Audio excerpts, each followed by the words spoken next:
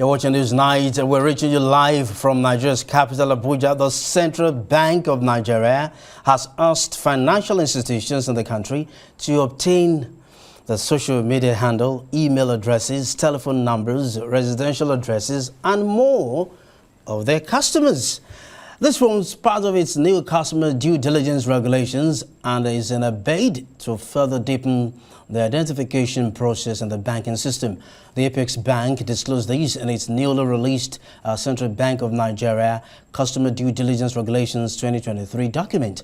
The CBN states that its new regulation was created to provide additional customer due diligence measures for financial institutions under its regulatory purview.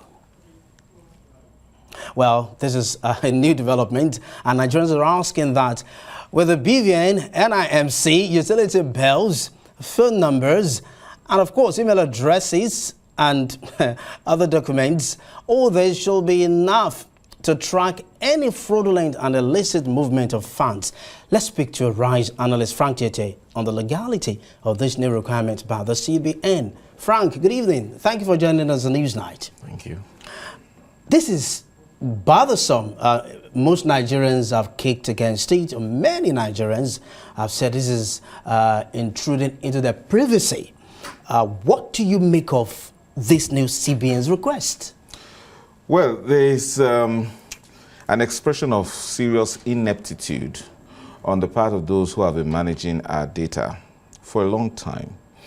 And it's also a failure of the National Identity Management Commission that is supposed to be a central processing body of data in Nigeria until the enactment of the Nigeria Data Protection Act by President Bola Ahmed Tinubu recently.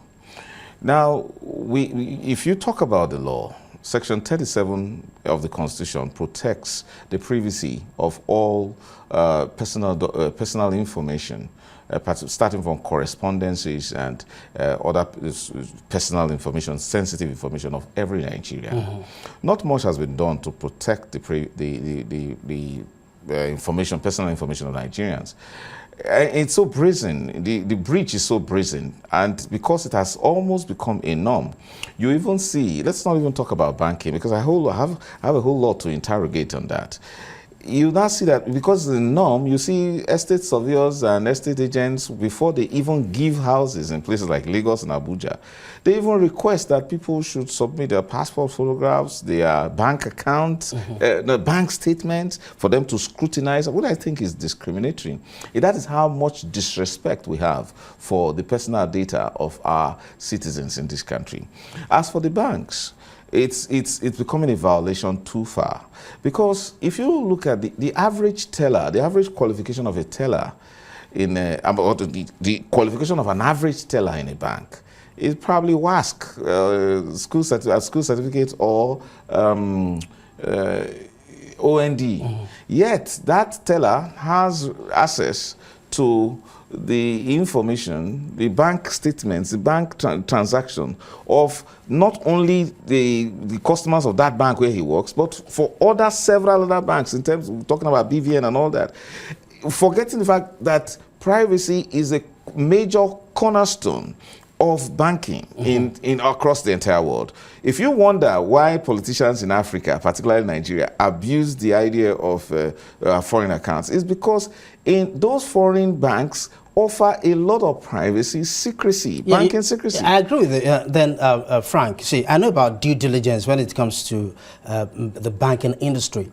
If you're not politically exposed, if you do not have an international business, or you're into real estate, or you're a car dealer, then you're not a high-risk customer. So your account should be reviewed maybe once in 3 years or 2 years. But those who are politically exposed, or those who are high-risk customers, these ones I've mentioned, can then be reviewed maybe every 6 months. So can they just limit? What about if the limits this request of social media handles and all that, and other private information to those who are politically exposed and other high risk customers? What about that? I don't think there shouldn't be any discrimination against anybody as a result of whether he's a politician or not. No, it's not really. No, it's not. It's not really discrimination. That's the system. we've done so much to counter terrorism and money laundering in this country, yet it keeps increasing. It festers, because that's the reason why I raised the issue of ineptitude in data management. And it has grown with so much disrespect for the individual's fundamental right of privacy. We're happy that President Bola Ahmed Tinubu has assented to the law, the Data Protection Act of 2023.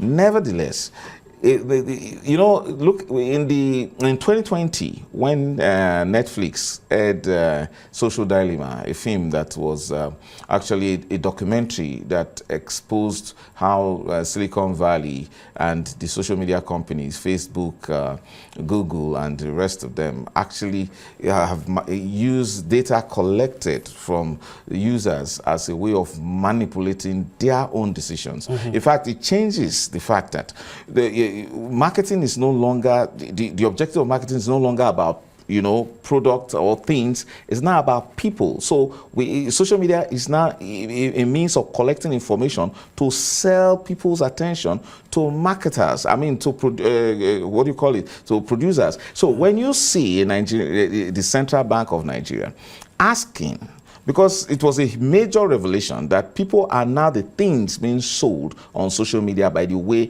the data is being used and to manipulate people's decisions. It happens during electionary period, and it happens during decision making in terms of big tech advertising.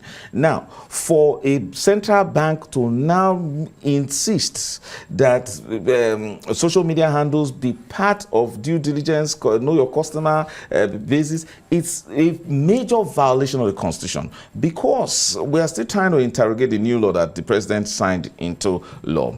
And it states that there are certain sensitive pieces of information that you cannot collect as a data collector, as a bank. That is, you cannot collect any information that will give any form of inference as to your political or religious belief. Let me jump in.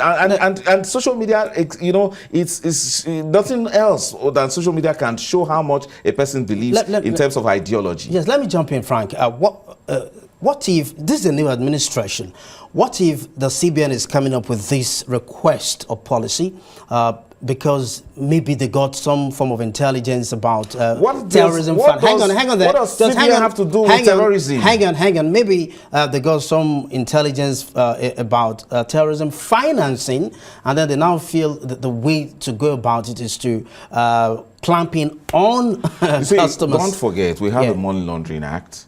We also have the Anti-Terrorism Act.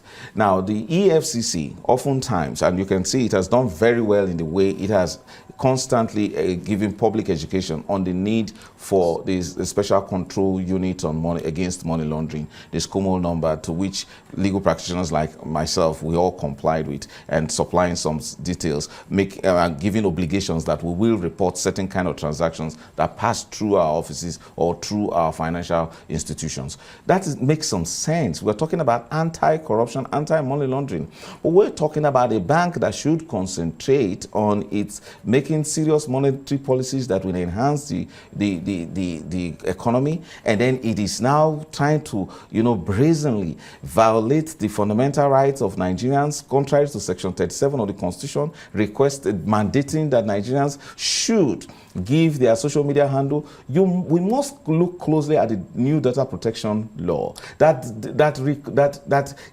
emphasizes the consent of the user, the consent of the person involved, that is the data subject. In this case, the bank, some of these policies, when they make them, you wonder whether the people who make them are in touch with the current realities. Yes, the cross-cutting issues. Because you can't now say, on what basis? Now, it's shameful, very, very shameful, that despite all of the data we have collected about us, we are unable to translate it into accurate policy making that will translate into one positive development for the socio-economic condition of this country. It doesn't happen. So it seems as if that these policies are made to just people want to appear as if they are working, and they think that the only way to do so is to make life difficult for citizens. I just told you how other banks in other climes make banking very attractive to the extent extent that Nigerians are willing, especially unfortunately, politically exposed persons are willing to steal the country's money and go and put there. Now, Frank, let me jump right there. Let me jump right there. Who brings money to Nigeria? Who brings money to Africa? And then you make it difficult even for your own citizens to open accounts. And then you want to you're managing it. I feel your passion, Frank. I feel your passion, honestly. But then let's also remember that all they're asking for is the social media handle. It is against the law. Hang on, Frank. It's against the law. It's against the data protection law. Hang on. It's against the Constitution. They're not asking for your login details. No. They're just asking for the handle so they could monitor your activities on social media. Monitor. Hang on, monitor. Frank. It's a huge violation. Hang on, Frank. Where is privacy? Now, well, some have said the CBN is coming up with this so they could clamp down on those who do business online so they can effectively monitor the tax regime. So making more tax anyway. Look, let me tell you this. Yeah. Look, I hate ineptitude and I hate mediocrity. When there's a Cyber Crimes Act already in existence that has the EFCC as the principal agency of government that implements it. When you talk, does the bank not have work to do? That it's now, and let me tell you this. I just told you about Social Dilemma. It was a blockbuster film on Netflix that exposed to the entire world what happens to people's social media handles. How the social media has become the central point for marketing human beings. I'm talking about their essence, their consciousness. And then a bank will not be careful enough. A central bank, the apex bank will not be sensitive enough to realize that it is going too far. A central bank mandating. Just imagine the manner it does that. It's mandating. And then before you know it, we'll now be talking about accounts being blocked because you didn't supply your Facebook account, your details. Or not details in terms of a password, but in terms of your ID. You didn't supply that on Twitter. You didn't supply that on LinkedIn. Who does that in this modern world? And we allow that, whereas we just had a new law saying that you cannot take certain data from Nigerians except they give you consent. What kind of this confusion that they are engaged in? It's unnecessary. A good place to to leave this subject for tonight. Thank you very much, Frank Tietie. I quite appreciate your concerns and your passion is acknowledged. We just hope that the CBN will have a rethink about this so that the constitutional rights of Nigerians to privacy will not be violated.